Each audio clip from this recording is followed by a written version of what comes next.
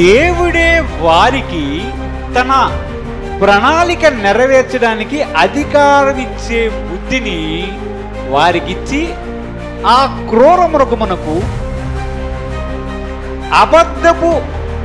అబద్ధపు క్రీస్తుకు అధికారాన్ని అప్పగిస్తారు. హల్లెలూయా, హల్లెలూయా.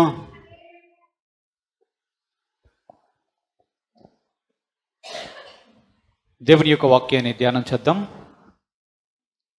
ప్రకటన గ్రంథం 16వ అధ్యాయం 12 నుంచి 15 వచనాలు చదువుకుందాం.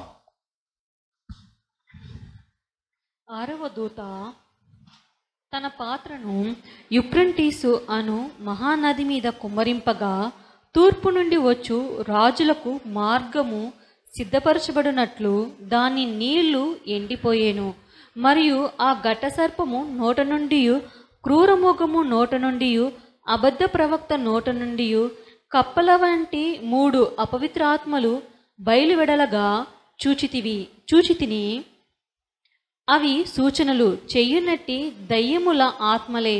అవి సర్వాధికారి అయిన దేవుని మహాదినమున జరుగు యుద్ధమునకు లోకమంతట ఉన్న రాజులను పోగు చేయవలెనని వారి యొద్దకు బయలువెళ్ళి హెబ్రీ భాషలో హర్మెగిద్దోనును చోటుకు వారిని పోగు చేసెను. చాలు, ప్రార్థన చేద్దాం. పరిశుద్ధుడు అయిన తండ్రి, మహోన్నతుడైన దేవా, మీ పాదములకు వందనాలు. మీరు మాతో మాట్లాడండి, మా హృదయములను తెరవజేయమని యేసుక్రీస్తు పరిశుద్ధ నామమున అడిగి వేడుకొనుచున్నాము తండ్రి, ఆమేన్. హల్లెలూయా. దేవుని యొక్క వాక్యం చదవబడినటువంటి వాక్యంలో చూస్తే 6వ దూత తన పాత్రను కుమ్మరించింది. యూఫ్రటీసు అనే మహానది మీద కుమ్మరిస్తే ఆ నది నీళ్లు ఎండిపోయాయి. ఏ నది? యూఫ్రటీసు అనే నది ఎండిపోయింది. దేవుని యొక్క వాక్యములో మనం చూస్తున్నాం, ఇక్కడ ఘటసర్పము నోటు నుండి,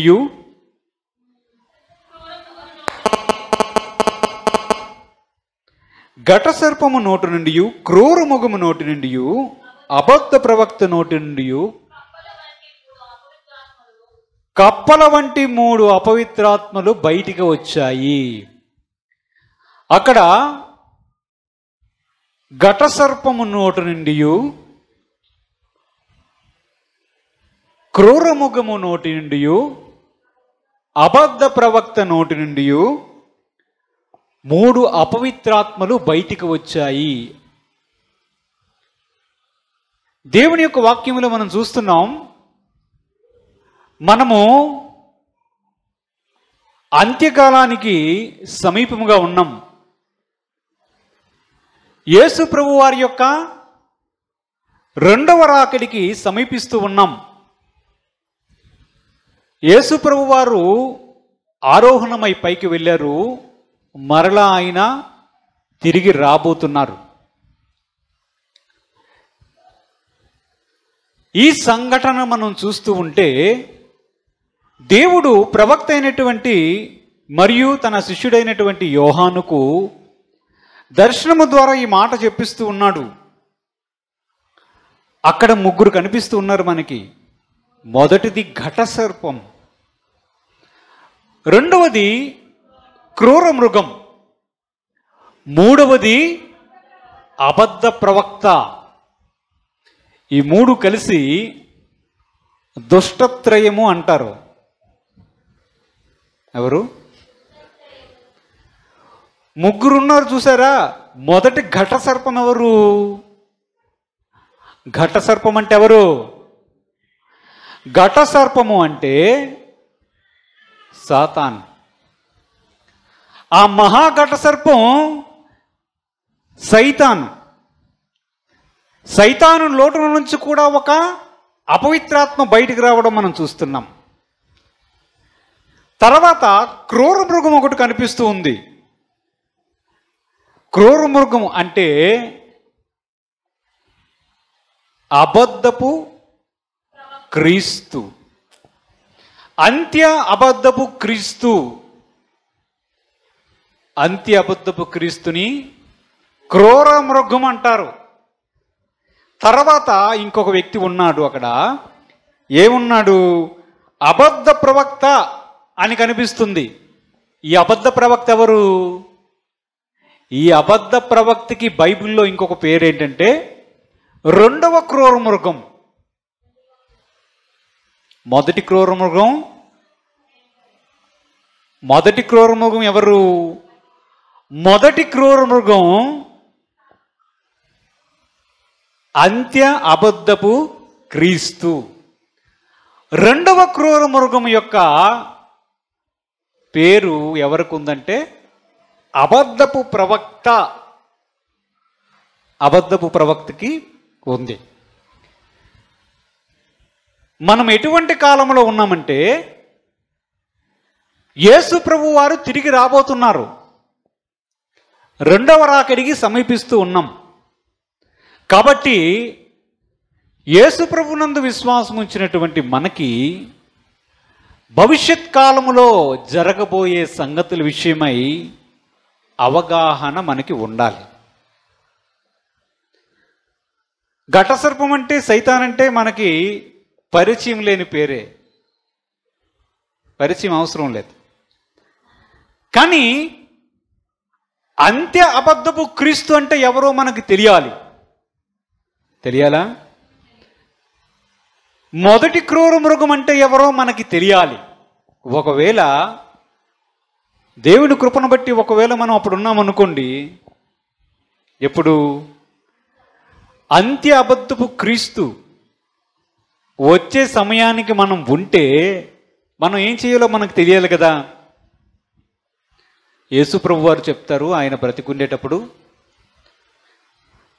అనేక మంది వస్తారు, వచ్చి నేనే క్రీస్తని చెప్పి పలువురిని మోసపుచ్చుతారు అంటారు. అంటే దాని అర్థం ఏమిటి? యేసు ప్రభు వారిని నేనే అని చెప్పి వచ్చినటువంటి మెస్సయాను నేనే అని చెప్పిన వారు చాలా మంది వచ్చారు, వస్తున్నారు. కానీ వీరందరి తర్వాత చివరిగా ఒక వ్యక్తి వస్తాడు. ఆ వ్యక్తి క్రూర మృగం. ఆ వ్యక్తి అంత్య అబద్ధపు క్రీస్తు అయి ఉన్నాడు. దేవుని యొక్క వాక్యములు చూద్దాం.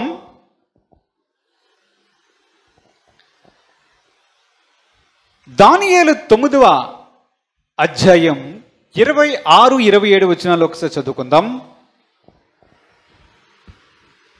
ఈ 62 వారములు జరిగిన పిమ్మట ఏమీ లేకుండా అభిషక్తుడు నిర్మూలము చేయబడును. వచ్చునట్టి రాజు యొక్క ప్రజలు పవిత్ర పట్టణమును పరిశుద్ధ ఆలయమును నశింపజేయుదురు. వాని అంతము హఠాత్తుగా వచ్చును మరియు యుద్ధకాలం అంతం వరకు నాశనము జరుగునని నిర్ణయింపబడెను. అతడు ఒక వారం వరకు అనేకులకు నిబంధన సిద్ధపరచును. అర్ధవారమునకు బలిని నైవేద్యమును నిలిపివేయును. హేయమైనది నిలుచు వరకు నాశనము చెయ్యువాడు వచ్చును. నాశనము చెయ్యువానికి రావలెనని నిర్ణయించిన నాశనము ముగించు వరకు ఇలాగున జరుగును. ఏమర్థమైంది? దేవుని యొక్క ప్రవచన గ్రంథం దానియేలు గ్రంథం. దానియేలు గ్రంథములో అభిషక్తుడు అంటే క్రీస్తు యొక్క మొదటి రాకడ గురించి ప్రస్తావన చేయబడింది.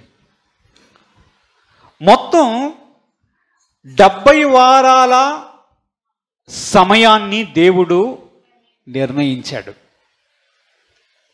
ఆ 70 వారాల్లో 69 వారాలు ముగిసిపోయాయి. 69వ వారం తర్వాత వెంటనే 70వ వారం రాదు. ఆ 70వ వారంలో, వారం అంటే ఎన్ని రోజులు? 7 రోజులు. కానీ ప్రవచన భాష ప్రకారం వారం అంటే 7 సంవత్సరాలు. అంటే ఒక సమయం రాబోతూ ఉంది. ఆ సమయం ఏమిటంటే అంత్యవారం. ఏంటి? అంత్యవారం రాబోతుంది. అంత్యవారం రాబోతుంది. ఆ వారంలో ఎన్ని సంవత్సరాలు ఉంటాయి? దేవుడికి స్తోత్రం కలుగును గాక. వారానికి ఎన్ని రోజులు? 7 రోజులు. వారము అంటే 7 రోజులు. ప్రవచన భాషలో ఒక్కొక్క రోజు ఒక్కొక్క సంవత్సరం క్రింద. కాబట్టి 7 సంవత్సరాల కాలం భవిష్యత్తులో రాబోతుంది. ఆ 7 సంవత్సరాల కాలం మనకు చాలా కీలకమైనది. ఆ 7 సంవత్సరాల కాలములో మధ్యలోనే మనము పైకి ఎత్తబడతాం. ఎప్పుడు? ఆ మధ్యకాలంలోనే, అంటే కరెక్ట్గా 3.5 సంవత్సరాల కాలములో వినాలి. 3.5 సంవత్సరాల కాలములో యేసు ప్రభు వారి యొక్క రాకడ మధ్యాకాశంలో జరుగుతుంది. అప్పుడు ఒకవేళ మనం ఉన్నట్లయితే మనము భూమి మీద నుంచి ఎత్తబడతాము. మిగతా ప్రజలందరూ భూమి మీదే ఉండిపోతారు. ఇది అంత్యవారం. ఇది చిట్ట చివరి వారం. ఆ వారం ఎప్పుడు ప్రారంభమవుతుంది? ఎలా తెలుసుకుంటాం? దేవుని యొక్క వాక్యంలో చూస్తున్నాం, క్రూర మృగం అనేది ఒకటి వస్తుంది. ఆ క్రూర మృగమే అంత్య అబద్ధపు క్రీస్తు. ఆ అంత్య అబద్ధపు క్రీస్తు వచ్చినప్పుడు మనకు అర్థమవుతుంది. ఆ అంత్య అబద్ధపు క్రీస్తు వచ్చినప్పుడు మనకేమర్థమవుతుంది? ఓ తాత, అంత్య అబద్ధపు క్రీస్తు వచ్చినప్పుడు మనకి అంత్యవారం సమీపించిందని అర్థమవుతుంది. తర్వాత ఈ ప్రశ్నలను అడుగుతాను. అంత్య అబద్ధపు క్రీస్తు వచ్చినప్పుడు అంత్యవారం మొదలవుతుంది. ప్రపంచం యొక్క పరిస్థితులు ఇప్పుడు ఎలా ఉన్నాయి చూడండి. ప్రపంచం యొక్క పరిస్థితులు ఎలా ఉన్నాయి తెలుసా? ప్రపంచం యొక్క పరిస్థితులు ఎలా ఉన్నాయంటే, ఒకరి మీదకి ఒకరు యుద్ధం చేసుకునే పరిస్థితులు. ఇవి ఎప్పటి నుంచి ఉన్నాయి? యేసు ప్రభు వారు టైంకి ముందు నుంచి కూడా ఉన్నాయి, ఆయన సమయంలో కూడా ఉన్నాయి, ఇప్పుడు కూడా ఉన్నాయి. చివరికి ఎలాంటి పరిస్థితి ఏర్పడుతుందంటే, ఇప్పుడు మన దేశం ఏమిటి? భారతదేశం. పక్కనున్న దేశం ఏమిటి? పాకిస్తాన్. ఆ మూలున్న దేశం ఏమిటి? బంగ్లాదేశ్. ఆ పైనున్నది ఏంటి? చైనా. ఈ పక్కకు వస్తే ఆఫ్ఘనిస్తాన్, దాని పక్కకు వస్తే తజికిస్తాన్, ఉజ్బెకిస్తాన్, రష్యా. ఇటువైపు వస్తే టర్కీ, ఇరాన్, ఇరాక్, మధ్య ఆసియా. కిందకు వస్తే ఆఫ్రికా దేశాలు. ఇటువైపు వస్తే ఇండోనేషియా, సుమత్రా దీవులు. ఆ కిందకు అలా వెళ్ళిపోతే ఆస్ట్రేలియా. ఆ కిందకు వస్తే న్యూజిలాండ్. ఈ దేశాలన్నీ ఏ దేశానికి ఆ దేశానికే ప్రధానమంత్రి ఉన్నాడు లేదా అధ్యక్షుడు ఉన్నాడు. ఉన్నాడా? అమెరికాకి అధ్యక్షుడు ఉన్నాడా?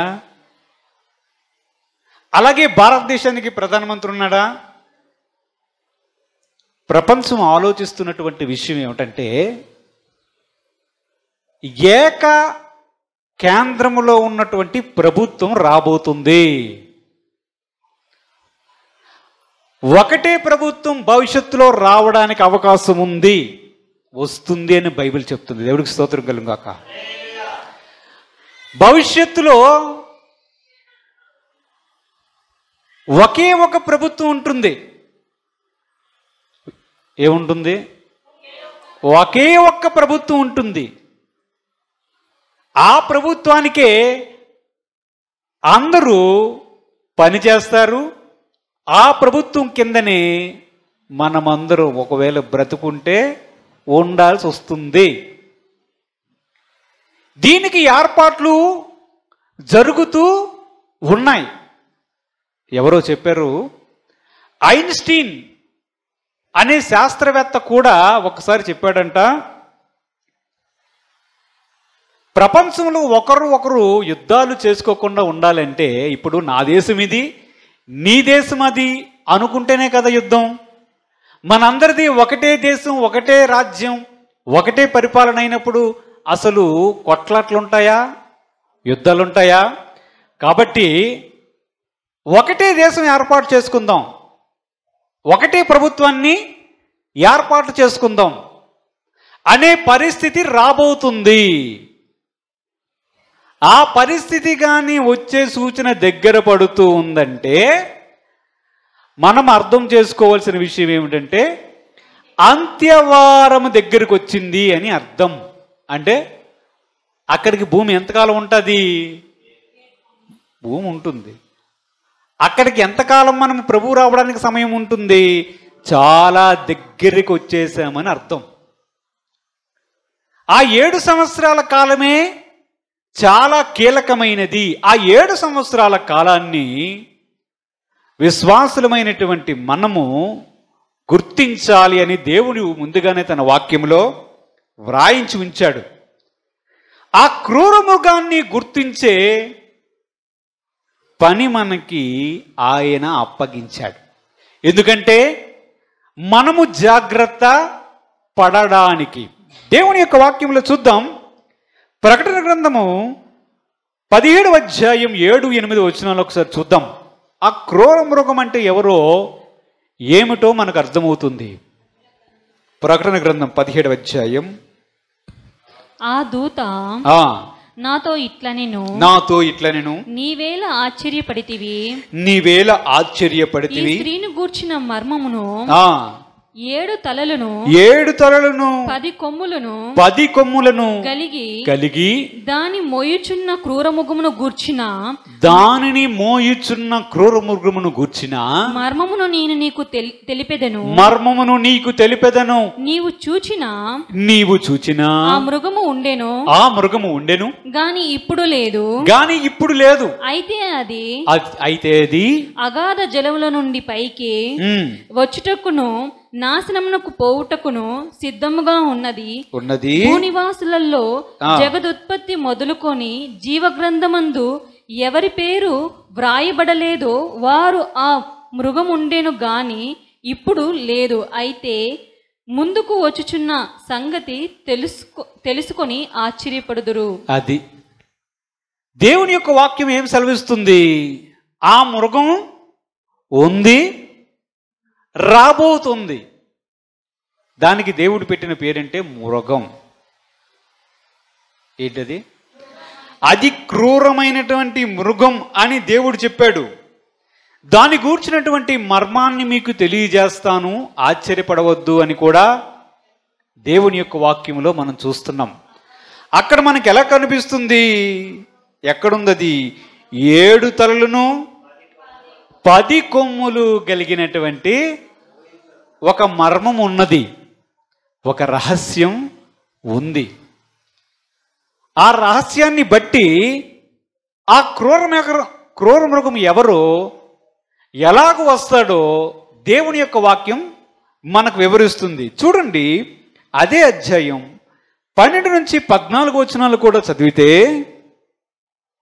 నీవు చూచిన ఆ 10 కొమ్ములు 10 మంది రాజులు వారిది వరకు రాజ్యమును పొందలేదు గాని ఒక గడియ క్రూరమృగంతో కూడా రాజువలే అధికారం పొందుదురు.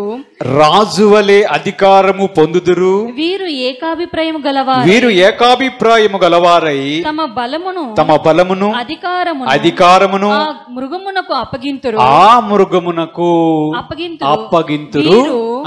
గొర్రెపిల్లతో యుద్ధము చేతురు గాని గొర్రెపిల్ల ప్రభువులకు ప్రభువును రాజులకు రాజునై ఉన్నందునను తనతో కూడా ఉండిన వారు పిలువబడిన వారై ఏర్పరచబడిన వారై నమ్మకమైన వారై ఉన్నందునను ఆయన ఆ రాజులను జయించును. దేవుడికి స్తోత్రం. హల్లెలూయా. మనం మాట్లాడుకుంటున్నాం, ప్రపంచం ఏక ప్రభుత్వం రాబోతుంది. దేవుడు చెప్తున్నాడు, ప్రపంచంలో మధ్య ఆసియా ప్రాంతములో ఈ విషయాన్ని రంజిత్ పోఫీర్ అనే దైవజనుడు కూడా తన పుస్తకంలో, యుగాంతం అనే పుస్తకంలో రాశారు. మధ్య ఆసియా ప్రాంతములో ఒక 10 మంది రాజులు కలిసి ప్రపంచ ఏక ప్రభుత్వాన్ని ఏర్పాటు చేస్తారు. ఎందుకు? మనకి యుద్ధాలు వద్దు, శాంతి కావాలి అని ఏర్పాటు చేస్తారు. నిజానికి యునైటెడ్ నేషన్స్ అనే సంస్థ ఇప్పుడు ఉందా? యునైటెడ్ నేషన్స్ అనే సంస్థ ఎందుకు ఏర్పడింది?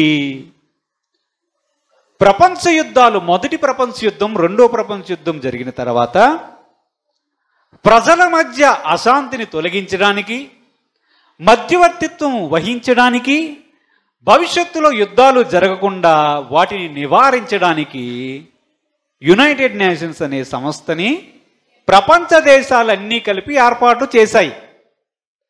దానిలో చాలా విభాగాలు ఉంటాయి. దానిలో యునైటెడ్ నేషన్స్ సెక్యూరిటీ కౌన్సిల్ అని కూడా ఉంటుంది.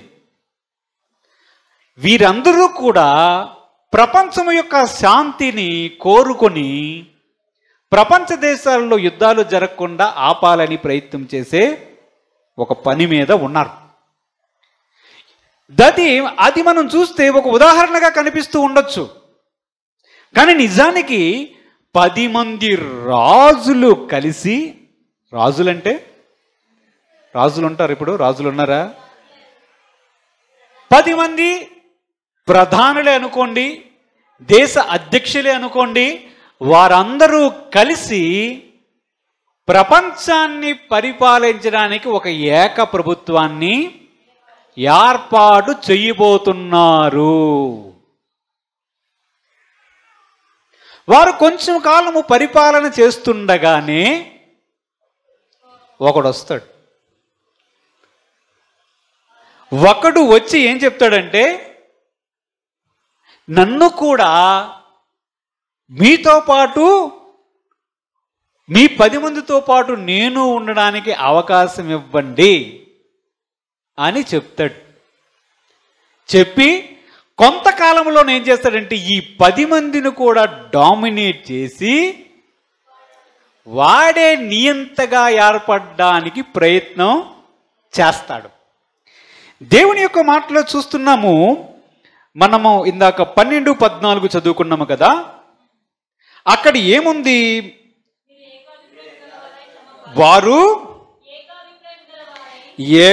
వారంటే ఎవరు? ఆ 10 మంది రాజులు ఏకాభిప్రాయము గలవారే తమ బలమును అధికారమును ఆ మృగమునకు అప్పగింతురు. చూసారా? అంటే ఈ మృగము ఏ మృగం? మొదటి క్రూర మృగం. ఈ 10 మంది రాజులు ఏకాభిప్రాయం వచ్చి అంతవరకు ఏర్పడినటువంటి అధికారాన్ని, బలాన్ని ఎవరికి అప్పగిస్తారు? ఇంతకీ క్రూర మృగానికి అప్పగించడానికి ఎలా ఒప్పుకుంటారు అంటే, దేవుని యొక్క వాక్యం సెలవిస్తుంది, దేవుడే వారికి, మనం ఆ రెఫరెన్స్ చూడడం లేదు కానీ, దేవుడే వారికి తన ప్రణాళిక నెరవేర్చడానికి అధికారం ఇచ్చే బుద్ధిని వారికిచ్చి ఆ క్రూర మృగమునకు అబద్ధపు క్రీస్తుకు అధికారాన్ని అప్పగిస్తారు. ఇక్కడతో 10 మంది రాజులతో పాటు ఈ క్రూర మృగం, ఈ ఒక దేశానికి రాజు ఇతను కూడా, ఈ రాజు కూడా వారితో పాటు అధికారాన్ని చెలాయించడానికి మొదలు పెడతాడు. ఒక నియంతలా ప్రవర్తించడానికి ప్రారంభిస్తాడు. కొంతకాలం అవుతుంది. కొంతకాలం అయిన తర్వాత వీడెవడో మన మధ్యలోనికి వచ్చి మన మీదే అధికారం చెలాయిస్తున్నాడని చూచి ఆ 10 మంది రాజుల్లో ఒక 3 రాజులు ఆ అంత్య అబద్ధపు క్రీస్తు లేదా మొదటి క్రూర మృగముని వ్యతిరేకిస్తారు. 7 మంది ఒకవైపు, 3 ఒకవైపు ఏర్పడతారు. ఒక యుద్ధం, చిన్నపాటి యుద్ధం జరగగా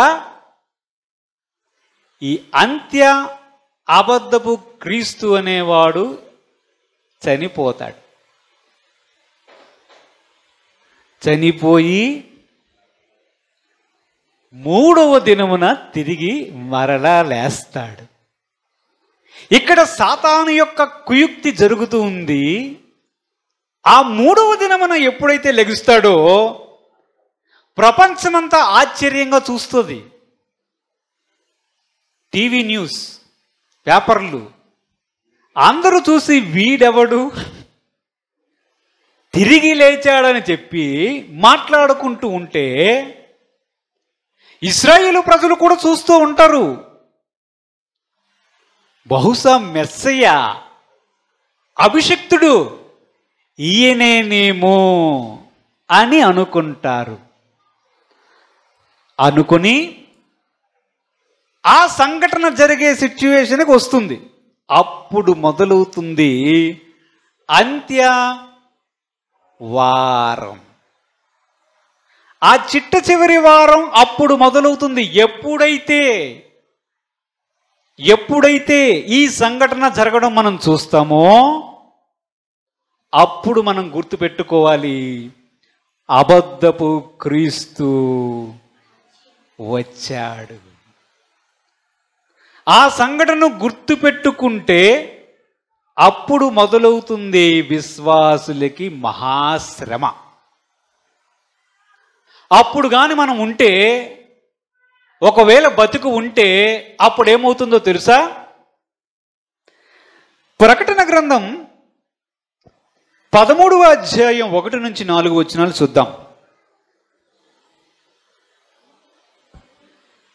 మరియు 10 కొమ్ములను 7 తలలను గల యొక్క క్రూరమృగము సముద్రంలో నుండి పైకి వచ్చుట చూచితిని.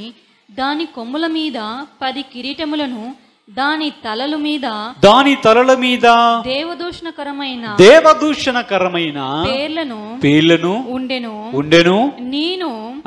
నేను చూచిన ఆ మృగము చిరుతపులిని పోలి ఉండెను. దాని పాదములు ఎలుగు వంటి పాదముల వంటివి, దాని నోరు సింహపు నోరు వంటిది.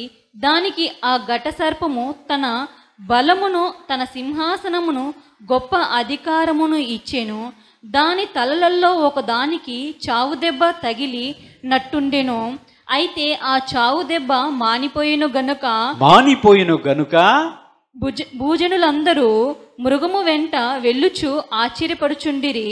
ఆ మృగమునకు అధికారం ఇచ్చినందున వారు ఆ ఘట సర్పమును నమస్కారము చేసిరి. మరియు వారు ఈ మృగముతో సాటి ఎవడు, దానితో యుద్ధము చేయగలవాడెవడు అని చెప్పుకొనుచు ఆ మృగమునకు నమస్కారము చేసిరి. ఏమవుతుంది? ఘట సర్పము తన బలాన్ని ఆ క్రూర మృగమునకు ఇస్తుంది కదా. ఘట సర్పం అంటే ఎవరు? అపవాది, సాతాను. అంటే సాతాను ఎవరికి అధికారాన్ని ఇస్తాడు? ఆ క్రూర మృగమునకు మరియు ఆ అంత్య అబద్ధపు క్రీస్తు అనబడిన వానికి ఇస్తాడు. ఇప్పుడు జాగ్రత్తగా గమనించాలి. ఇప్పుడు అంత్య అబద్ధపు క్రీస్తులో ఏం బలముంది? ఏం బలముంది?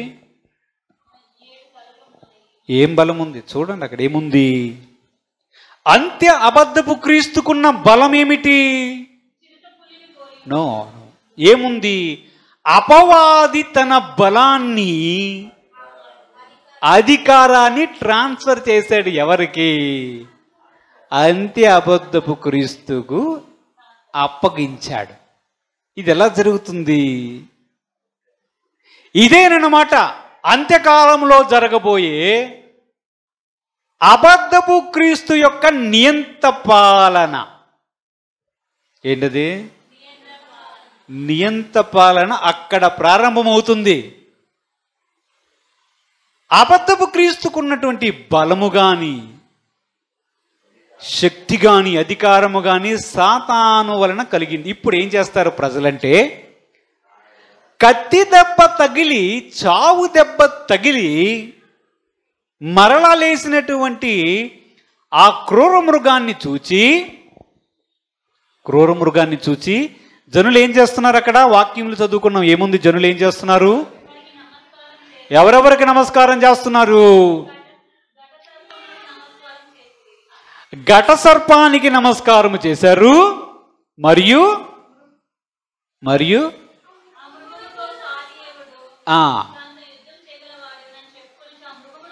అది ఎవరెవరికి నమస్కారం చేస్తారు? ఘట సర్పానికి అంటే అపవాదికి నమస్కారం చేస్తారు ప్రజలు. ఎప్పుడు? అంత్యవారములో జరగబోయే సంఘటన. అంతేకాకుండా అబద్ధపు క్రీస్తును కూడా చూచి అబద్ధపు క్రీస్తును కూడా నమస్కారం చేస్తారు. ఇప్పుడు సాతాను యొక్క కోరిక నెరవేరింది. ఎలాగ నెరవేరింది? యేసు ప్రభు వారి దగ్గరికి వచ్చి ఏమన్నాడు? నీవు నాకు మొక్కితివా, ఈ లోకము యొక్క మహిమంతా నీకు ఇస్తానన్నాడు. అదే ఇప్పుడు కోరిక నెరవేర్చుకుంటూ ఉన్నాడు. మొత్తానికి ప్రజలందరూ నాకు నమస్కారం చేస్తున్నారు. ఇప్పుడు నేను అనుకున్నట్లుగా ప్రజలు ఇప్పుడు నాకు నమస్కారం చేశారు. నేను అధికారం ఇచ్చినటువంటి అబద్ధ ప్రవక్త కాదు, అంత్య అబద్ధపు క్రీస్తు కూడా నమస్కారం చేస్తున్నారు. ఇది సాతాను యొక్క కోరిక నెరవేరబోయే సమయం. ఇది చాలా ప్రమాదకరమైనది. అప్పుడు ప్రజలందరూ కూడా ఆ అబద్ధపు క్రీస్తుని వెంబడిస్తూ ఉంటారు. విన్నారా? ఎవరు? ప్రజలందరూ కూడా అబద్ధపు క్రీస్తును వెంబడించడానికి సిద్ధపడతా ఉంటారు. అప్పటి వరకు విశ్వాసం ఉంచినటువంటి, యేసులో విశ్వాసం ఉంచినటువంటి మనము కూడా అంత్య అబద్ధపు క్రీస్తుకు నమస్కారం చేయాలని బలవంతం చేయబడతాం. తెలుసా? దేవుని యొక్క వాక్యములు చూద్దాం.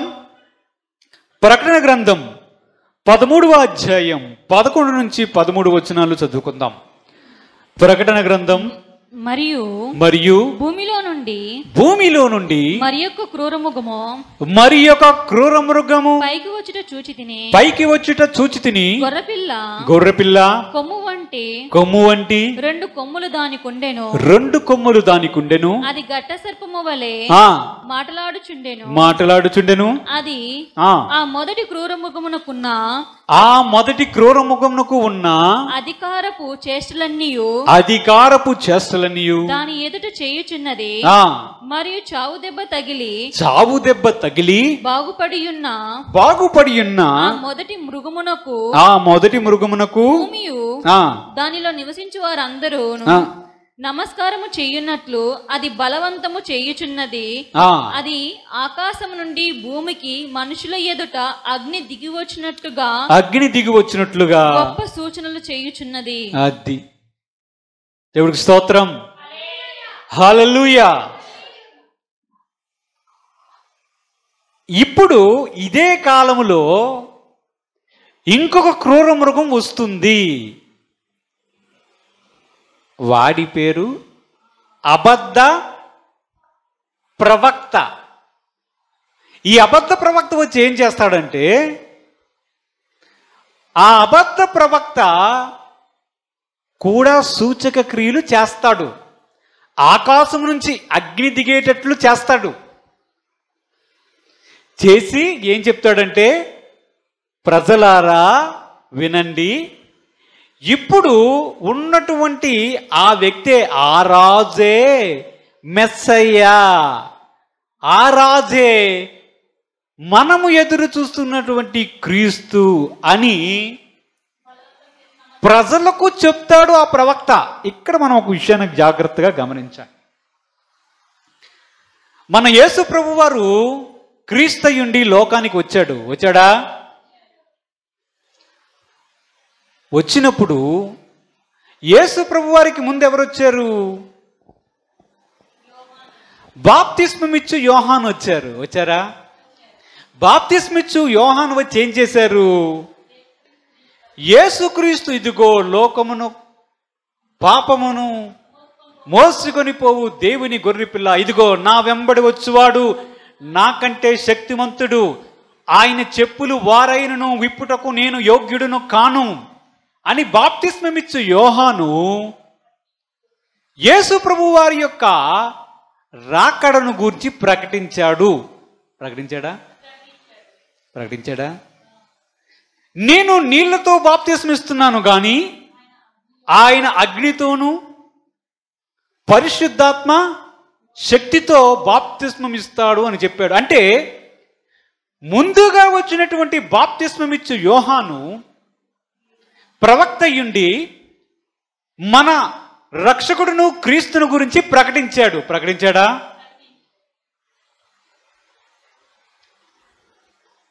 ప్రకటించాడు కదా. అదే మాదిరిగా అంత్య అబద్ధపు క్రీస్తు గురించి అబద్ధ ప్రవక్త ప్రకటిస్తాడు. ఈ విషయం మనకు అర్థం కావాలి. అంత్య అబద్ధపు క్రీస్తు గురించి ప్రకటించే అంత్య అబద్ధపు ప్రవక్త ఒకడు వస్తాడు. వాడు వచ్చి ఏం చేస్తాడు? ఈ అంత్య అబద్ధపు క్రీస్తుని మొక్కండి అని బలవంతం చేస్తాడు. అప్పుడు మనం ఎక్కడుంటాం తెలుసా? ఎక్కడుంటాం? ఒకవేళ చనిపోతే సమాధిలో ఉంటాం, బతుకుంటే వాడి కాలములో ఉంటే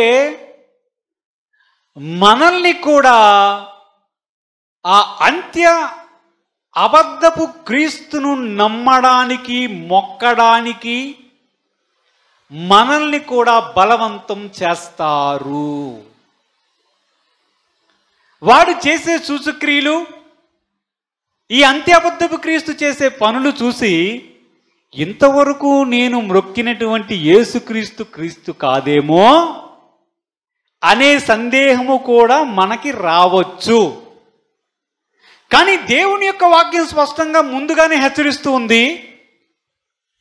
నేనే క్రీస్తు అని మన ప్రభు ముందుగానే బయలుపరుచుకున్నాడు. దేవుడికి స్తోత్రం. విశ్వాసులైనటువంటి వారు ఆ కాలములో చాలా మంది హతసాక్షులయ్యే పరిస్థితి కూడా వస్తుంది. తన్ను మొక్కమని బలవంతము చేసే పరిస్థితి కూడా వస్తుంది. అప్పుడు ఏం చేస్తారు? బ్రతుకుంటే ఏం చేస్తారు? ఉండమా? అప్పటికి ఉండొచ్చు, బహు సమీపంగా ఉంది. అప్పుడు ఏం చేస్తారు? దేవుని యొక్క వాక్యములో మనం చూద్దాం. ప్రకటన గ్రంథం 13వ అధ్యాయంలోని 14 నుంచి 16వ వచనం చూద్దాం. కత్తి దెబ్బ తినియు బ్రతికిన ఈ క్రూర మృగమునకు ప్రతిమను చెయ్యవలెనని అది భూనివాసులతో చెప్పుచు ఆ మృగము ఎదుట చేయుటకు తనకియ్యబడిన సూచన వలన భూనివాసులను మోసపుచ్చుచున్నది. మరియు ఆ మృగము యొక్క ప్రతిమ మాట్లాడునట్లును ఆ మృగము యొక్క ప్రతిమకు నమస్కారం చేయమని వారిని హతము చెయ్యునట్లు ఆ మృగము యొక్క ప్రతిమకు ప్రాణమిచ్చుటపై దానికి అధికారము ఇయ్యబడెను. కాగా కొద్దివారు గాని గొప్పవారు గాని ధనికులు గాని దరిద్రులు గాని స్వతంత్రులు గాని దాసులు గాని అందరూ తమ కుడి చేతి మీదనైనను తమ నొసటి యందైనను ముద్ర వేయించుకొనున్నట్లును ఆ ముద్ర అనగా ఆ మృగము పేరైనను దాని పేరుకి సంఖ్య అయినను గలవాడు తప్ప క్రయ విక్రయములు చేయుటకు మరి ఎవరికి అధికారము లేకుండానట్లు అది వారిని బలవంతం చేయుచున్నది. దేవుని స్తోత్రం, హల్లెలూయా. దేవుని యొక్క వాక్యం స్పష్టంగా చెప్తుంది. దేవుని వాక్యం స్పష్టంగా చెప్తుంది. ఆ అబద్ధపు ప్రవక్త అంత్య అబద్ధపు క్రీస్తు యొక్క ప్రతిమను తయారు చేయిస్తాడు. ఏం చేస్తాడు? ప్రతిమ అంటే ఏంటి? చూడండి, ప్రతిమ అంటే ఏంటి? బొమ్మని లేదా విగ్రహమును తయారు చేయిస్తాడు. ఆ విగ్రహము ముందు ఈ అబద్ధపు ప్రవక్త మహత్కార్యాలని సూచక్రియలు చేయిస్తాడు. ఇదంతా సాతాను సంబంధమైనటువంటి అధికారం. అప్పుడు ప్రజలకు ఎలా కనిపిస్తుంది?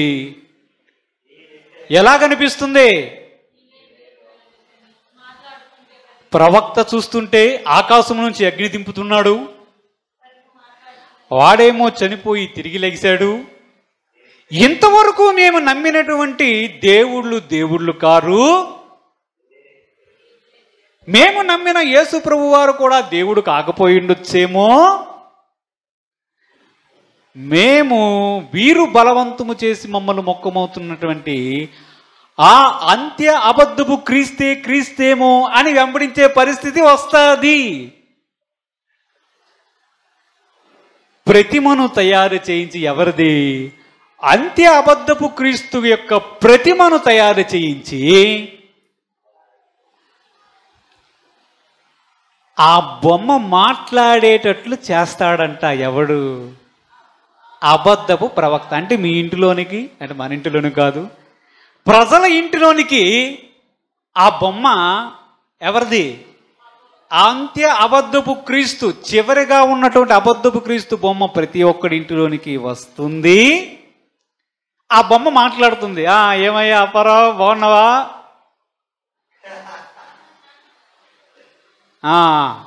ఎలా ఉన్నారు? ఏం చేస్తున్నారు? నాకు అనారోగ్యం ఉంది, బాగు చేస్తావా? నీకు స్వస్థత వస్తుంది అని మాట్లాడుతుంది. అప్పుడు ఏం చేస్తారు?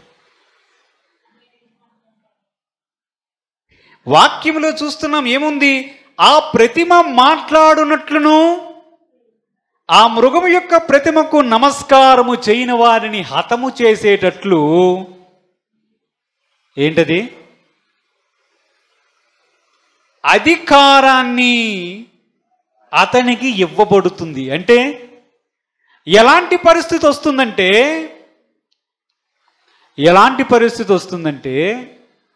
ఆ ప్రతిమకి మొక్కాలి. ఇదే సీన్ మనకి ఎక్కడ కనిపిస్తుంది? షద్రకు, మేషకు, అబేద్నెగో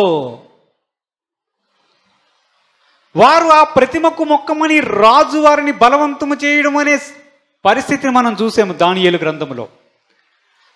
సుమారుగా అలాంటి పరిస్థితే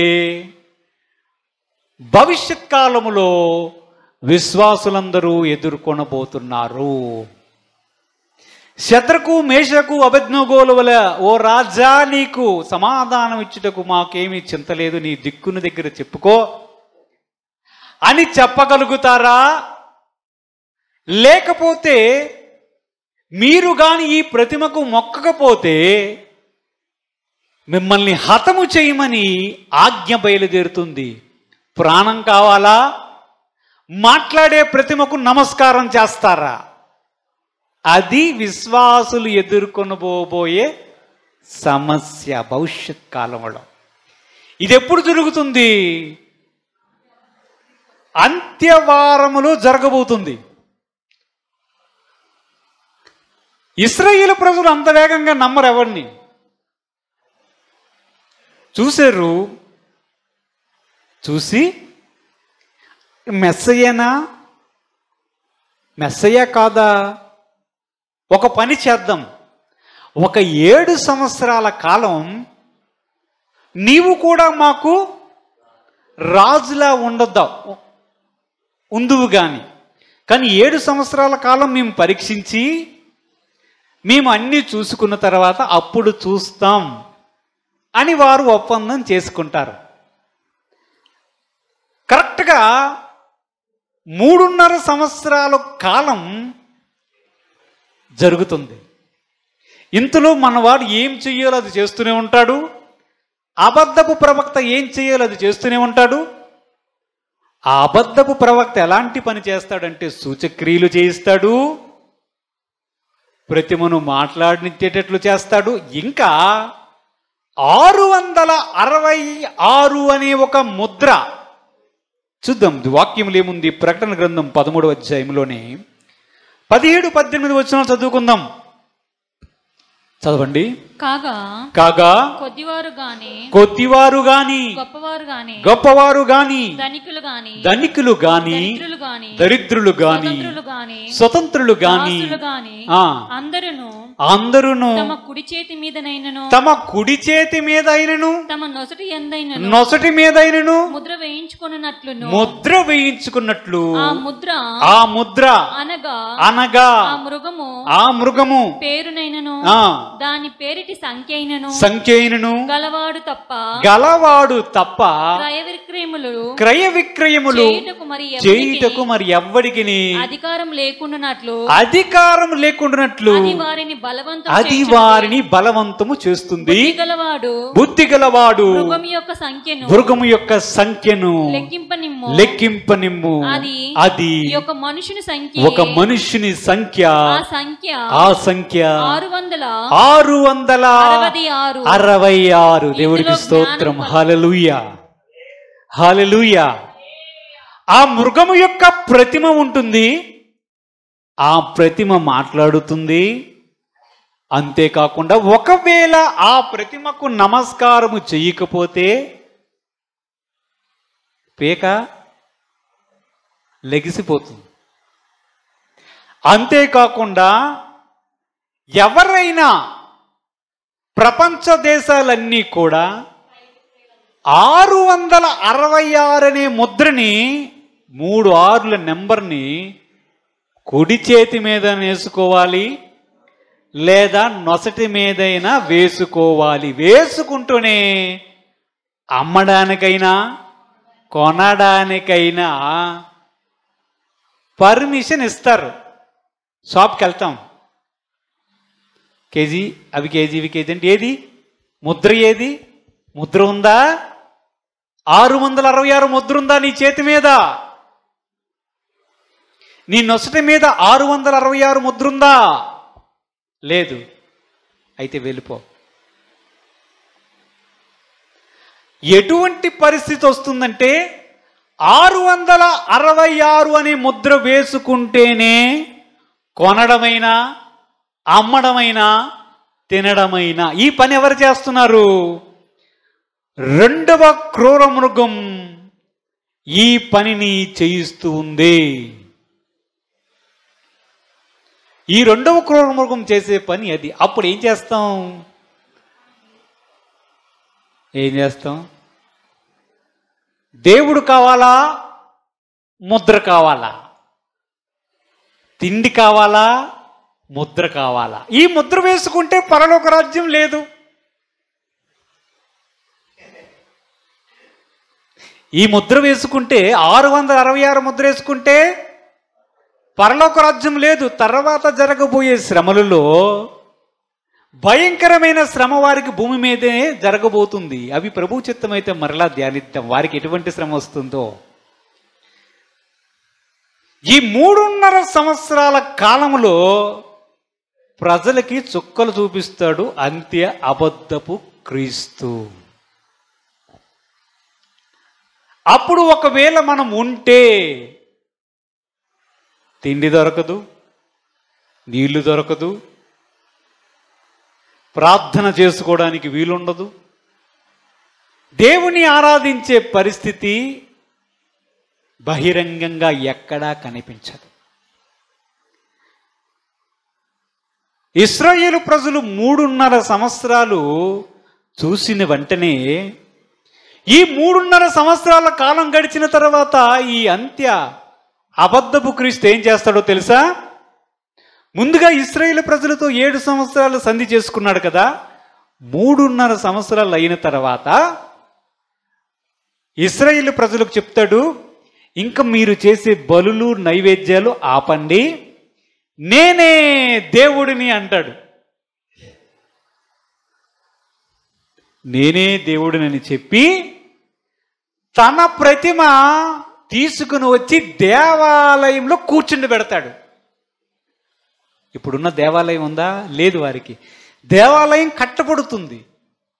ఆ కట్టబడిన దేవాలయములో అంత్యవారములో నిబంధన చేసుకున్న 7 సంవత్సరాల మొదటి 3.5 సంవత్సరాలలో కరెక్ట్గా సగమైనప్పటికీ వాడు తన బొమ్మ తీసుకుని వెళ్ళిపోయి నేనే దేవుణ్ణి, నన్నే మొక్కండి అని చెప్పి దేవాలయములో తన విగ్రహాన్ని పెడతాడు. ఇప్పుడు మత్తయి సువార్త 24వ అధ్యాయం 15 నుంచి 16 వచనాలు చదువుకుందాం. మత్తయి సువార్త 24వ అధ్యాయం. కాబట్టి ప్రవక్త అయిన దానియేలు ద్వారా చెప్పబడిన నాశనకరమైన హేయ వస్తువు పరిశుద్ధ స్థలమందు నిలుచుట చూడగానే చదువువాడు గ్రహించుగాక. యూదయలో ఉండువారు కొండలకి పారిపోవాలి. మిద్దె మీద ఉండువాడు తన ఇంటిలో నుండి ఏదైనాను తీసుకొని పోవుటకు దిగకూడదు. అది ఇప్పుడు ఇశ్రాయేలు ప్రజలకు అర్థమవుతుంది, వీడు దొంగ,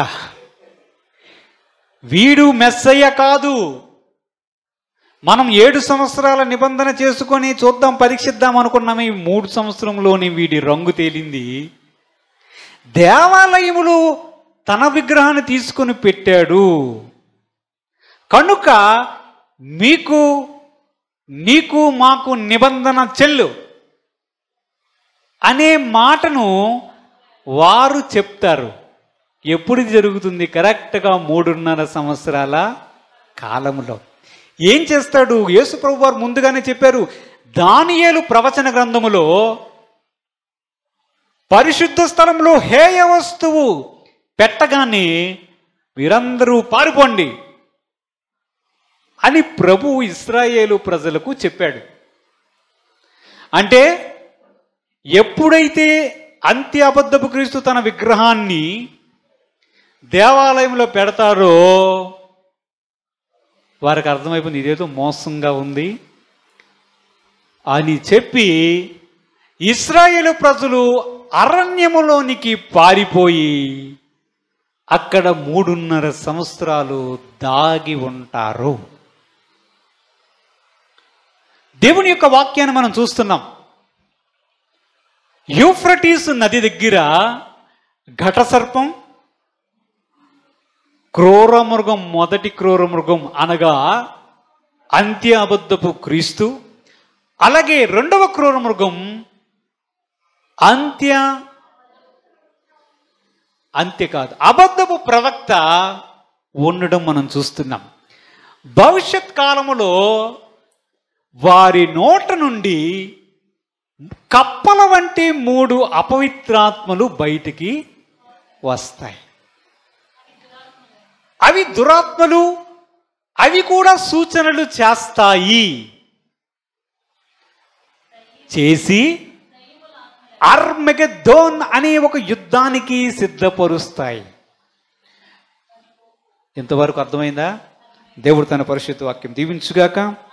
ప్రార్థన చేద్దాం. పరిశుద్ధుడు అయిన తండ్రి, మహోన్నతుడు అయిన దేవా, మీ పాదములు కొందనాలు. నీ వాక్యములో ఉన్నటువంటి భవిష్యత్ సంఘటనలు మేము ధ్యానిస్తుండగా మా హృదయాలను తెరవజేయండి ప్రభు. వాక్యములోని సత్యములను గ్రహించి, ఒకవేళ మీ చిత్తమైతే మేము ఆ కాలంలో ఉన్నట్లయితే మేము ఎలాగ ఉండాలో నీ వాక్యము ద్వారా తెలుసుకున్నట్టుకు మున్ముందు కాలంలో ఇంకనూ పూర్తిగా ప్రభు నీ ప్రకటన గ్రంథములో ఉన్నటువంటి వాక్యములు ధ్యానించే కృప మాకు దయచేయమని యేసుక్రీస్తు పరిశుద్ధ నామమున అడిగి వేడుకొనుచున్నాము తండ్రి, ఆమేన్. ప్రభు చిత్తమైతే వచ్చే వారం మిగతా భాగాన్ని ధ్యానిద్దాం. దేవుడు తన పరిశుద్ధ వాక్యం దీవించుగాక. ఆమేన్.